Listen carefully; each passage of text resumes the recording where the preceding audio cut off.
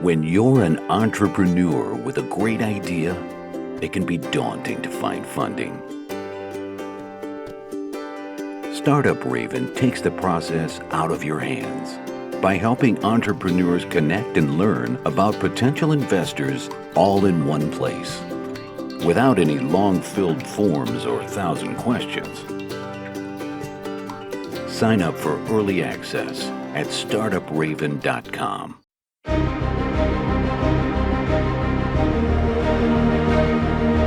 Welcome to Startuprad.io, your podcast and YouTube blog covering the German startup scene with news, interviews, and live events. Hello and welcome everybody. This is Joe from Startuprad.io, your startup podcast and YouTube blog from Germany, Austria, and Switzerland, as well as the founder of the world's #1 tech entrepreneurship radio called Startup.radio. You can now also follow us on TikTok and Pinterest. We just set up the accounts there, and I would like to welcome for the first birthday of the European Startup Pulse, Thomas here back with me. Hey man, how you doing? Hi, Joe, and happy birthday to you as well. Glad that we're doing this for 1 year already. It's very exciting, and we have a lot to discuss today. Yes, can you go a little bit into, because we've been growing like crazy in this year. We've been starting out pretty good, but in June of 2023, there was a month when we had more than 100,000 viewers, downloads, and listeners across all of our channels. Can you introduce yourself and the Deep Ecosystem, the company you co-founded, we are working with at Startup Radio, a little bit to our audience, just to give them a head start, because there's a lot of new followers, new subscribers, new listeners out there. Absolutely, yes. So Deep Ecosystems is an accelerator for ecosystems. So ecosystems are support structures for startups that help entrepreneurs to become more successful, to help you change the system in which you operate, not to turn maybe also from a purely profit-oriented, unicorn-oriented system towards a more sustainability-focused system. So we support ecosystem builders all around the world. And one thing that we do is we track the growth of ecosystems. And we do that with data. And here with Joe, since 1 year, we are reviewing our insights. We're sharing our insights with entrepreneurs around the world to understand how, in this case, the European Startup Pulse is developing. And so we share our reports, our data, discuss it here, and see what can be the next big challenge for entrepreneurs in Europe. We may also hint that those reports are accessible to your subscribers, but we're the only media outlet who have access to those very extensive reports. Just looking at the one we are sharing now called Startup Heatmap Europe 2023. We recorded this on August 9th, 2023. Your report just came out and it's more than 102 slides, and usually I would say something around 80 to 90 are full of content, and all of this content, there goes a lot of research work in this, like aggregated data, like looking for data and then analyzing, aggregating it, analyzing it, and then make it look pretty. Would you agree to that?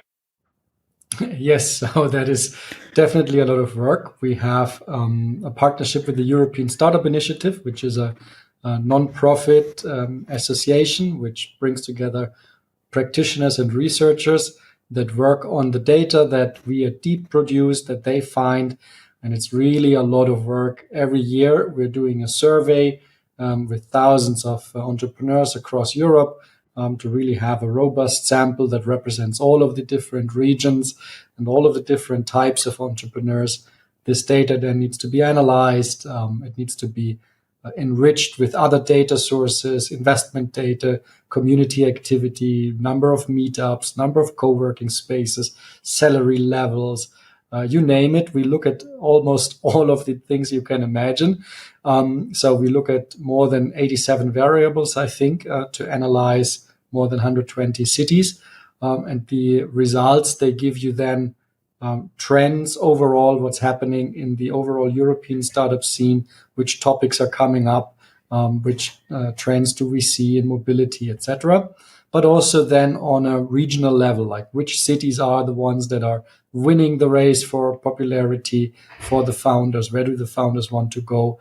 How do they position? What are their strategies? What are their secrets? How do they manage to perform better than others? So you can see best practices for ecosystem building and also identify maybe the place you want to move to and find the startup community where you feel at home. We may add that this survey you're just talking about is proprietary data from you guys. Plus, in the past, we've spoken about, for example, that on your screen you had places like Lisbon, who then popped up as a European-wide startup hub years later. So there is a pretty good forecasting ability in this survey. Do you have like a rough number how big the correlation is, how strong it is when the city is in the top 5, top 10 of this survey on an annual basis? How long does it take to really get the stuff going there? Because we may add the logic. First, the entrepreneurs move there, then they set up the company, then the investors come, and with more and more people, more and more employees, there is a certain pull to that, and that also leads at one point to critical mass and a European-wide startup hub. Yeah, absolutely. The mobility of founders is a key ingredient in the creation of the European ecosystem. There's two types of mobility. One is the founder actually moving, changing locations, setting up their headquarters in a different place.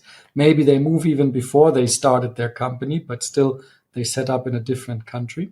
So that's the mobility that we all know, someone moving countries. But then, of course, there's also the expansion and the transnational setup of companies. So you can also observe that more than 60% of all of the startups in Europe have transnational setups. So they work from different locations. They have employees, investors, partners, and offices in other countries.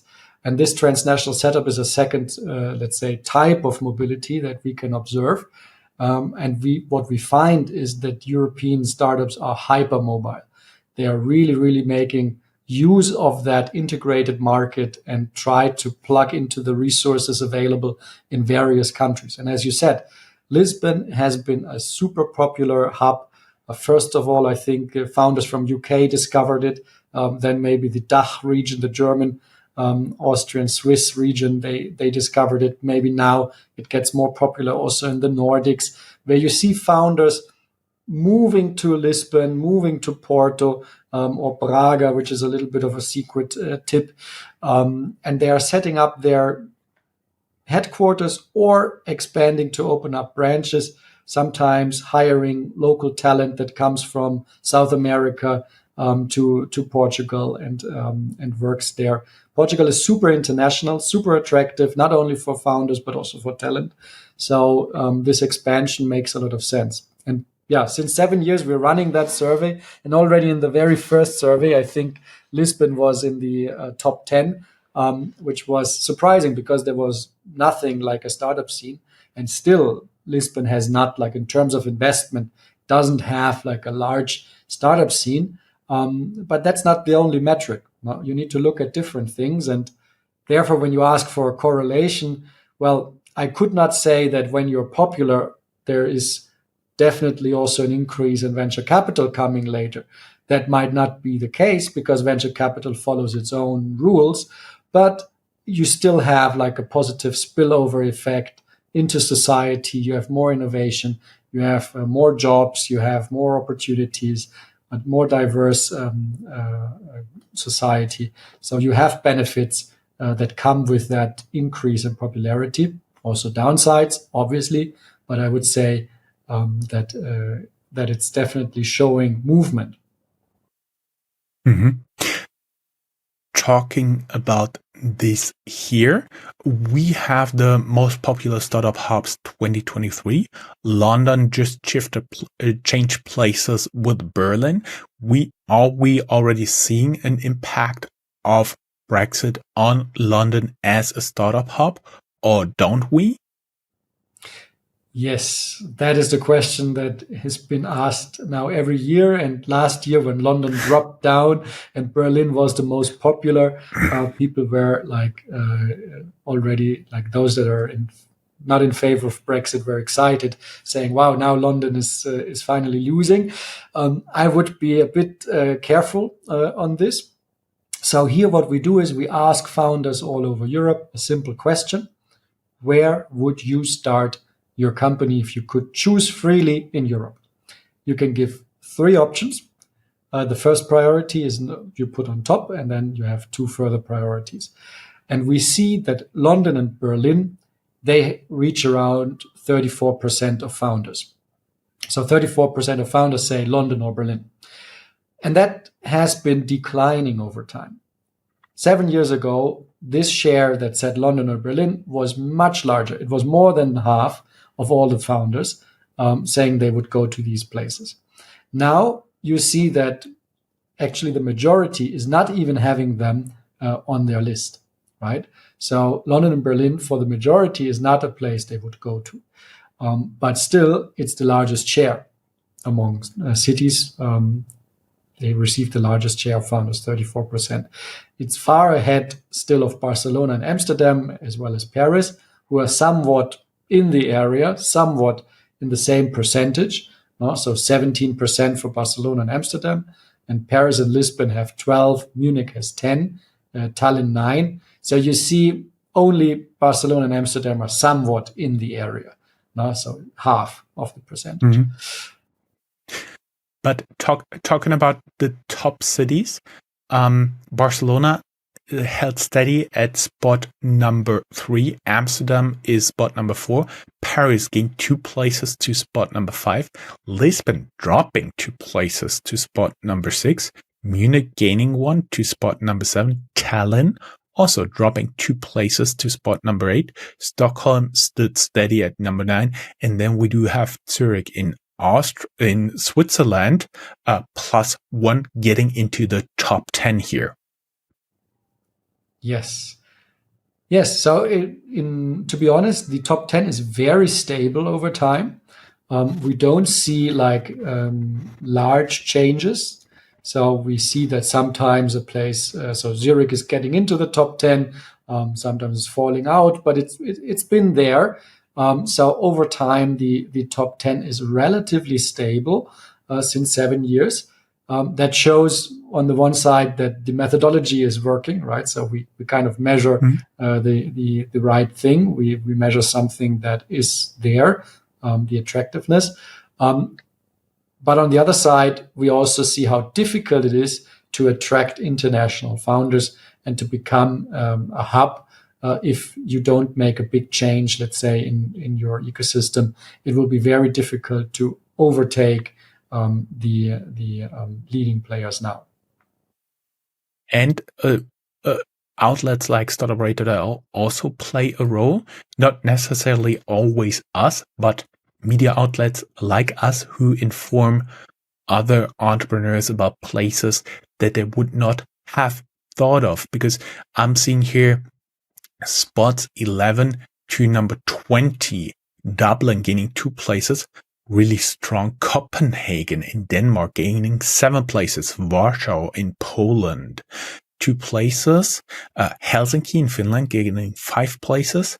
The biggest jump was most likely Malaga, who's completely new at number 19, and the second biggest was Sofia, +9 places. This is pretty awesome. And sorry, I misspoke before in Zurich because I had in mind Vienna, who still made it to spot number 20, but dropping 5 places there. Yes, very interesting. I mean, Spain, Malaga is a very interesting case. Spain is performing surprisingly well, I would say. So you have like 3 Spanish cities in the top 20. That's quite strong. We see otherwise a lot of capital cities that benefit from the knowledge about the cities, that benefit from the infrastructure they have, the accessibility by plane and trains and so on. So people know capitals rather than smaller towns like Malaga.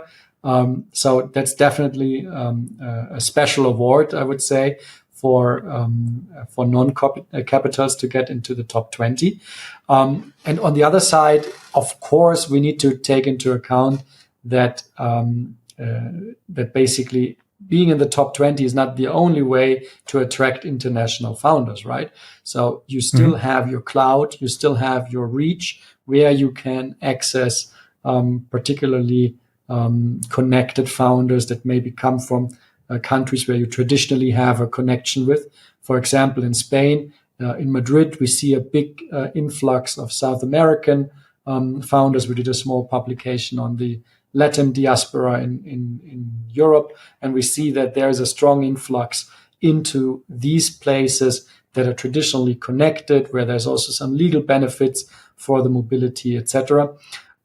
So definitely being in the top 20 doesn't mean that you're not attracting actual movers. But of course, it shows in general, if you want to be really a top hub on the map and you want to outgrow like your standard size, you need to do a lot because building a brand as a startup hub is increasingly difficult, increasingly competitive. When you talked about a special award to all those places that gained, due to all those cities that gained spots, I would say they're the rising stars, definitely led by Malaga, because as you said, they're not a capital. We also have Sofia, which is the capital of, how is it properly pronounced? Bulgaria in English, right? Yes. And we do have Helsinki, which is the capital of Finland. So we do have capitals, and Copenhagen, of course, which is the capital of Denmark. So we have 3 capitals plus Malaga gaining ground here as rising stars. Absolutely. Yes. So that is a good observation. You now open this nice slide, which has the timeline. I like to watch that. You see over time till 2016, which hubs are moving up and down in the top 20. Tel Aviv is an interesting case. You have to keep in mind, we ask European founders whether they want to move to Tel Aviv. Surprisingly, Tel Aviv is not in the top 10 because the willingness to move there is low. But still, it's moving up and down a bit in the top 20. At the moment, not in there, but yes. So it's an interesting observation over time what's happening there. Yes, and for everybody who's just listening to this, either on a podcast on our internet radio station or on one of our partner internet radio stations, you can find all the links and the show notes on our blog, medium.com/startuprad-io. This is our publication on Medium, or just look for startuprad.io on medium.com, and there you should be able to find the blog post going along with this publication. And there you, of course, find the link to 102 slides full of data. And even in this case, we're just talking about slide number 10 here, animated content where actually the cities are moving up and down here, which I really like, because I like to look at stuff. Did one of my bosses say? Men are always working primarily with their eyes. So that's the way we do it. Getting a little bit more into the more serious pieces. You also wrote that 71% of founders are optimistic. I was wondering about the future outlook.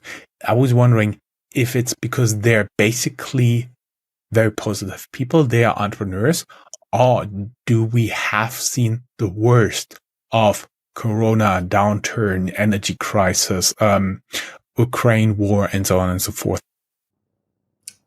Very good question.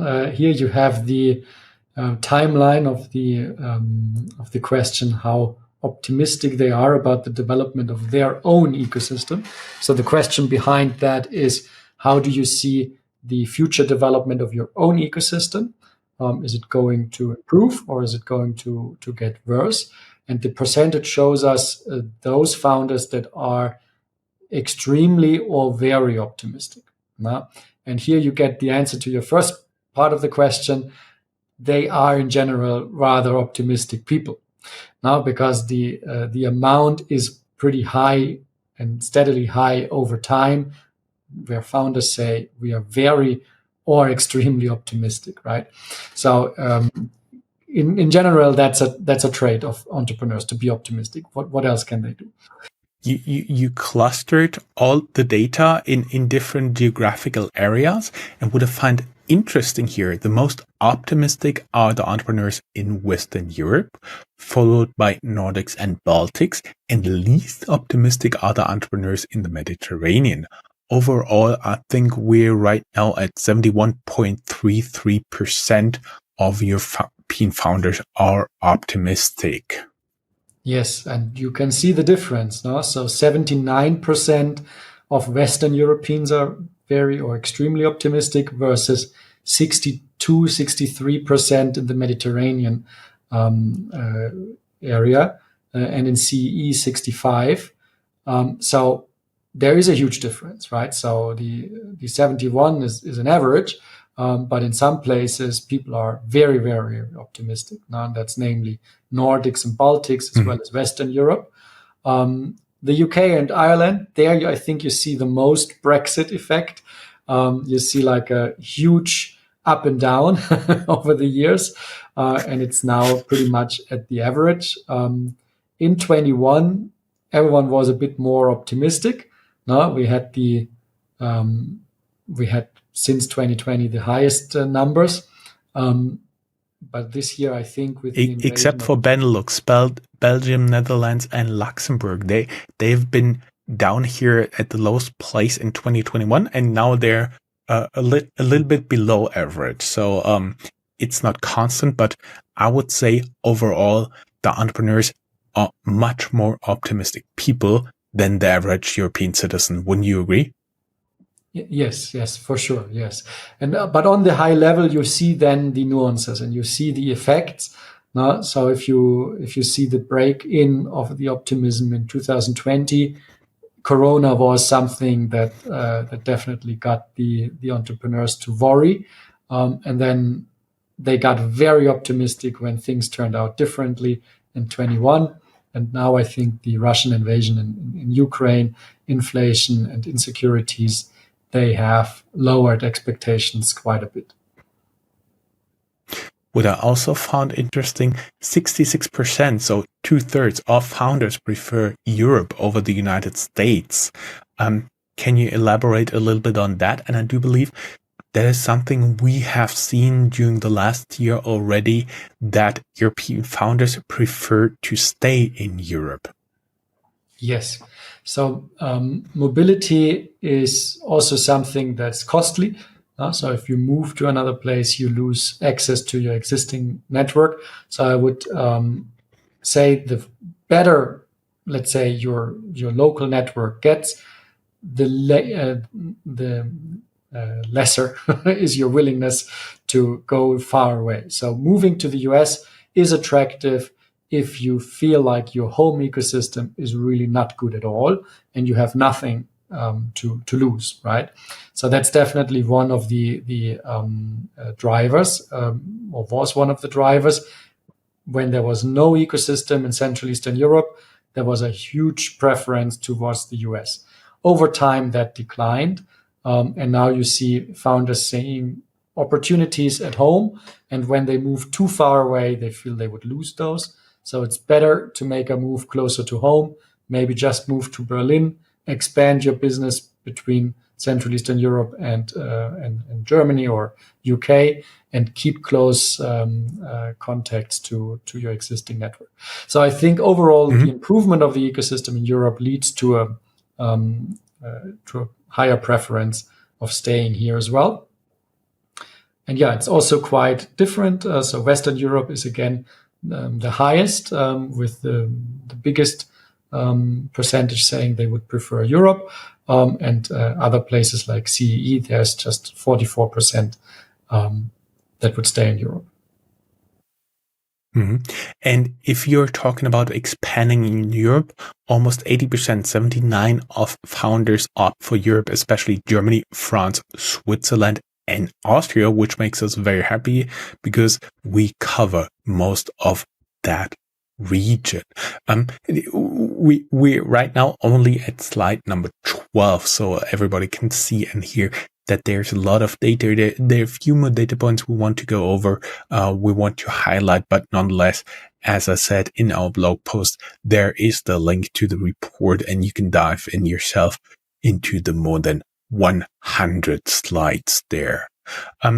The complete top 50 list is not so charming. It's basically an Excel sheet, but would have been taken from there that in the top 50 hubs for Germany, Austria, and Switzerland, DACH or GSA region, there is Frankfurt on 27, 29 there's Hamburg, 35 there's the city of Essen in the Rhein-Ruhr conglomerate, 36 there is the city of Leipzig in Eastern Germany, and 46 there's the city of Stuttgart, popular being the home of Porsche and Mercedes.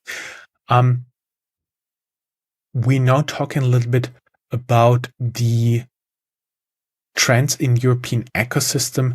There are 3 hypotheses you try to prove or disprove here in this report. Can you elaborate a little bit as a kind of a wrap up of these 3 hypotheses here in our podcast? Yes. So every year when we do the report, we try to ask the questions that are most relevant at the time of writing. So the first hypothesis is, are startups overtaking the economy?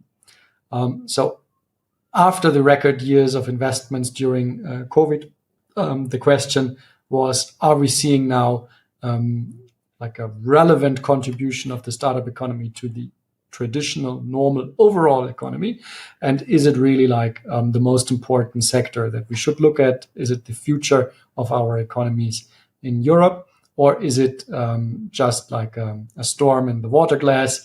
Is it just for those that are inside the startup bubble? What are really the comparisons? So we looked at what is the percentage of GDP that we see in terms of VC investments on a local level. So, for example, in London, we see a very high share of GDP of the city level, the metropolitan level, being invested in startups is really impressive. We see that in different places around Europe where we see a higher share between 1% and 3% of GDP going into the startup sector. So that's pretty impressive. But overall, the contribution is not so large. So in many places, the startup sector is not a relevant, contributor to the regional economy. So there's definitely a mixed result. If you're a super hub, if you're like a super well-developed ecosystem, then you manage to get to that level where you influence, let's say, the availability of jobs, where you influence the direction of the economy to an extent that let's say also the overall population needs to take it seriously. I would personally say that this has already been proven in the past. There was, of course, a very special situation in 2021, but you guys may remember the Pfizer-BioNTech vaccine for COVID-19. BioNTech in this year alone, 2021, was responsible for lifting the GDP of all of Germany, one of the largest GDPs in the world, by 0.5%. So I think if that doesn't prove an impact, I don't know what would.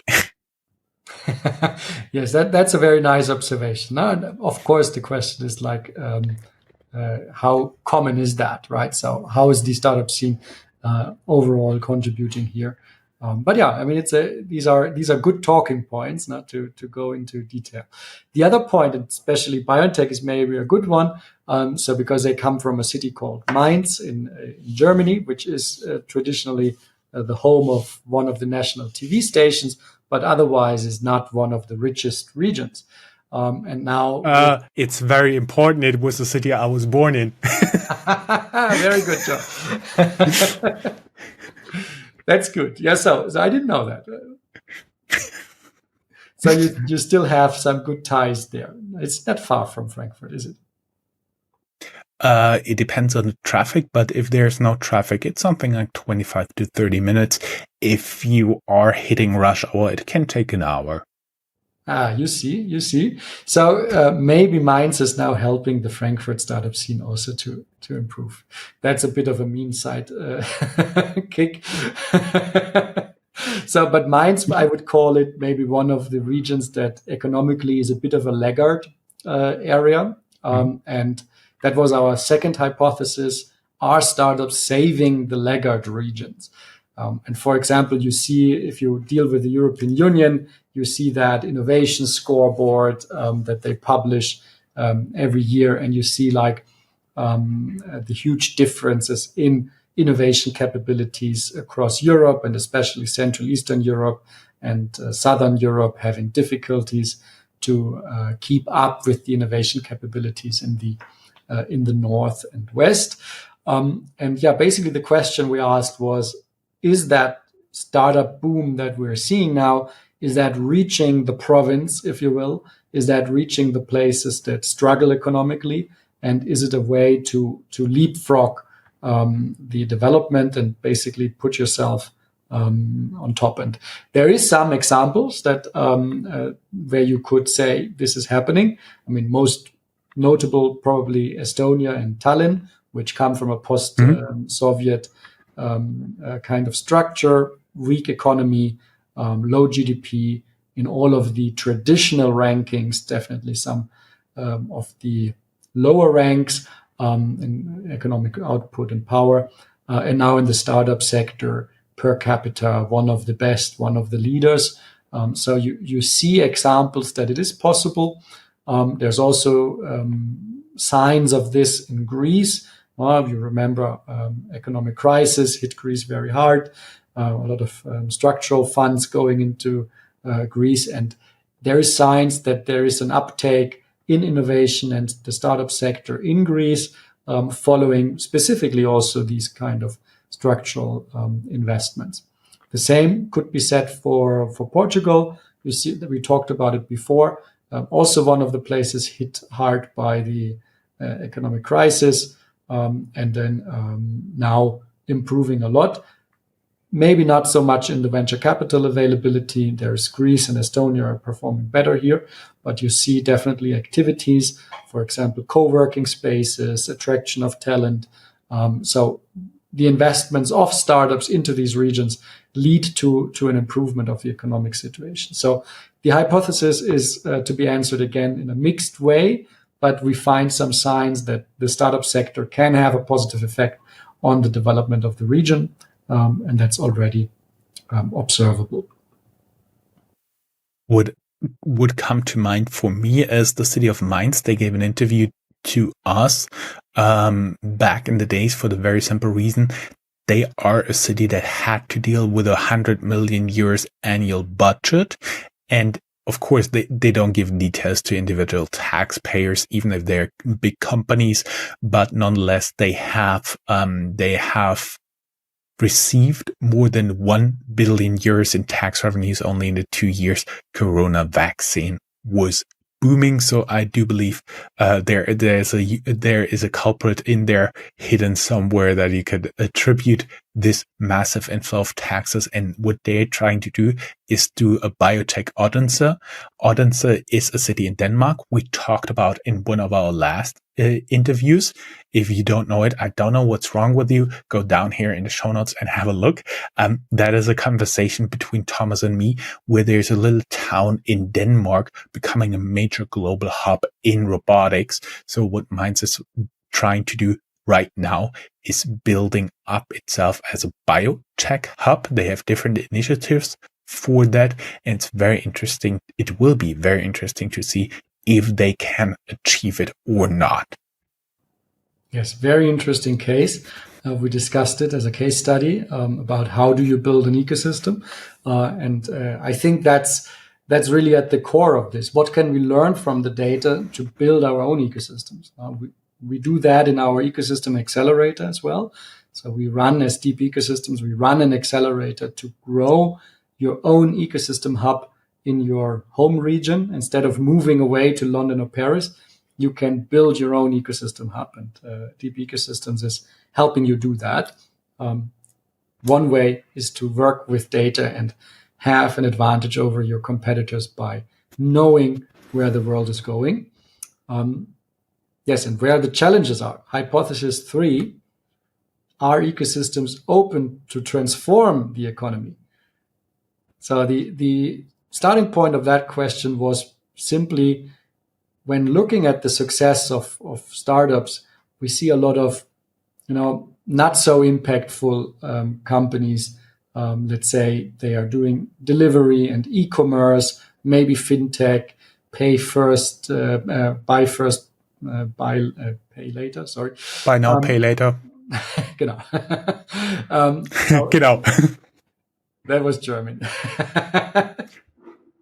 So you see a lot of startups that do things like consumer products, user experience, e-commerce. The question really is like, are those hopes that the startup sector is transforming our economy to the better, solving climate change and other problems, are these hopes too big? Is that really a possibility? Is the startup sector working in this direction or not? So that was our question at the core of this third hypothesis. And so we wanted to analyze questions like whether there is actually new ideas that get investment, or is it basically just the survival of the e-commerce giants that started in Corona and now needed to scale up or needed to be bailed out or similar. So that was one of the questions. Do we see an increase in the early stage investment? Also, which sectors receive investments?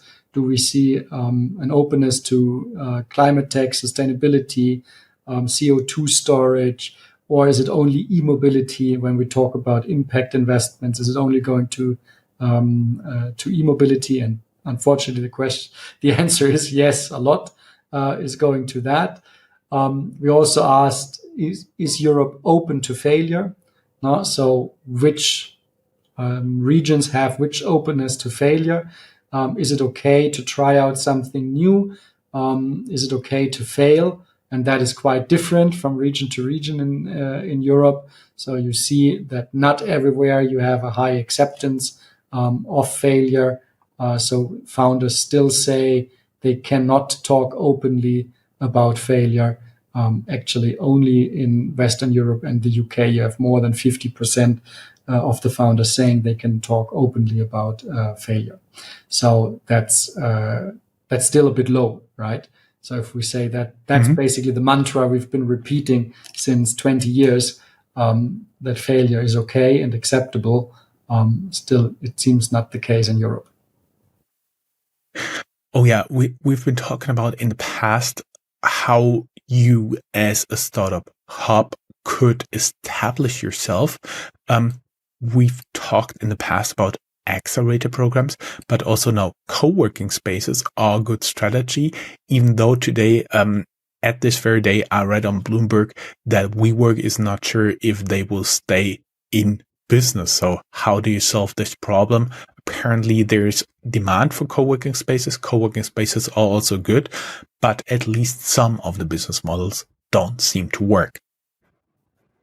Yes, co-working spaces have a very tricky business model. There's a large share of co-working spaces that are not profitable. Often they are driven by other motives. No? So people have co-working spaces because they believe in the ecosystem they are building. Impact hubs are probably the prime example for that.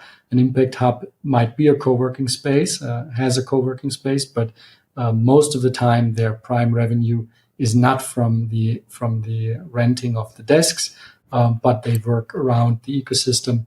And you have that in smaller scale and local level where people just want to create a space, and they are dependent on subsidies, dependent on projects to survive. And these people are very heroic, I would say, individuals that are really doing something for the community, give the community a place to grow without becoming, let's say, rich themselves. So without co-working spaces, probably we would not have that startup scene that we have. But it's not necessarily a strategy to get rich. Mm-hmm. Talking about the startup ecosystem we want to have, you also have some very interesting data on female founders, especially the cities where you have data, where you have calculated the shares of female founders. I've seen the top 3 small cities still far away from parity: Sheffield 21%, Geneva 20%, and Luxembourg 19%. In the larger cities, it's a little bit better, but also far away from parity. That's what you said, more than 1 million people. Kiev 25%, Vienna 22%, Brussels 20%, Amsterdam 19, Stockholm 17, Milan 17, Rome 17, and Zagreb only 16%. Are there measures the hubs, the governments, other entities could take to increase the share? Mm-hmm. Well, we are trying. So there's a lot of attempts to increase the share. Unfortunately, last year the share decreased. So we saw over the last years a stable development, and now overall in Europe we have less female founders, only 13%, 13.2%. Before it was, I think, 15, 16%. I think that still there is like a lot of factors that would lead, for example, to women to react more to insecurity of the economy. So now I would see that the economy with the higher inflation and the situation with Ukraine has taken a hit. And I would see that also there is less female entrepreneurs now, even though there is more support. So I think that's still a big challenge. Overall, the data shows us that women entrepreneurs have not the same opportunities, even if they start at the same starting line as their male counterparts. If we take CEOs, female CEOs that participate in accelerators alongside male CEOs, they raise 38% less funding after the end of the accelerator. So even if they are selected by the same jury, they selected at the same stage, they join the same support program, enter the same community and network, they raise almost 40% less funding afterwards. That would speak very clearly to a situation where you have discrimination structurally embedded in the ecosystem. You can do things about this. I think there is a broad literature around what can be effective. We know that, for example, female-only acceleration programs can help quite a bit. We see also that the equal participation in accelerators is something that increases. We see that there are certain activities towards the VC side to increase the number of investors on the VC side, on the selection side. These are all elements that can work. On the public side, we've seen top-up funding for grants if there is female entrepreneurs running the proposal.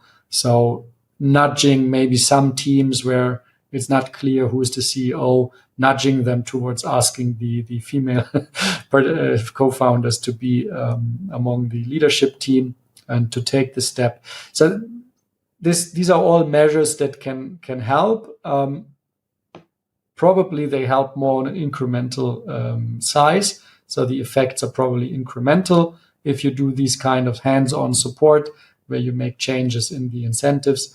I think the structural changes are needed that would lead to a higher proportion of women going into entrepreneurship. You see, by the way, in other regions in the world, you see much higher rates. Now, we work also with non-European ecosystems, and there you see higher percentages of women going into entrepreneurship. So it's really a Western and European problem as well. And we might need to ask ourselves, what's our historic and cultural issue we've created there? I have to say, I'm very, very sorry. I was reading in the small cities number 2, Genf with an F at the end, but apparently I'm not wearing my glasses and it's Ghent in the Netherlands instead of Geneva in Switzerland. I'm very, very sorry to the beautiful cities. I just confused you guys. So in the small cities, the top 3 cities with the most female entrepreneurs are Sheffield, Ghent, and Luxembourg, followed by Malaga, Oslo, Malmö, Vilnius, and Tallinn. I hope I don't have any reading mistakes in there right now. Yes, interesting, by the way, that the small cities are not necessarily better in terms of percentages. No? So you would have sometimes you have the expectation this is a metric where a small city could outperform the large ones, especially on a percentage basis. But then you see that Vienna, for many years, is one of the leading hubs. I think they benefit a lot from the influx of Central Eastern European founders, women founders that study in Vienna and start their company there, or that move to Vienna to start their company there, coming from CEE. That's definitely something. Belgium is interesting. Kiev, well, there might be special effects there. It has always been CEE is very strong in female entrepreneurship, but of course now there's a special situation that might have reduced the male amount of founders in this context, and the war might have an effect on this as well.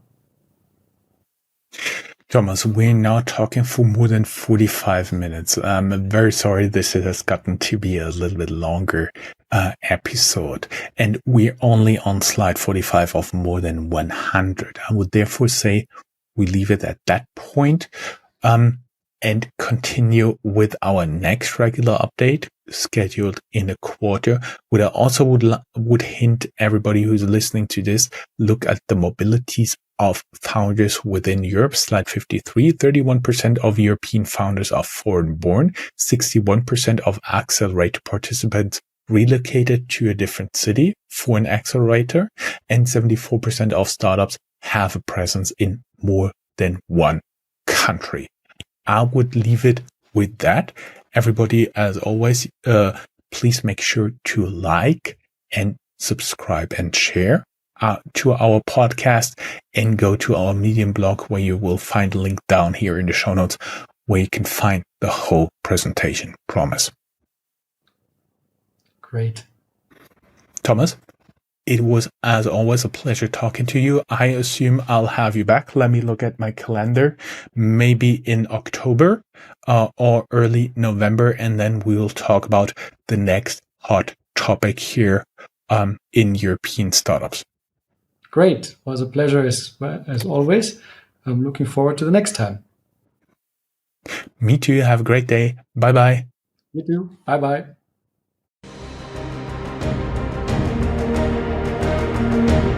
That's all, folks. Find more news, streams, events, and interviews at www.startuprad.io. Remember, sharing is caring.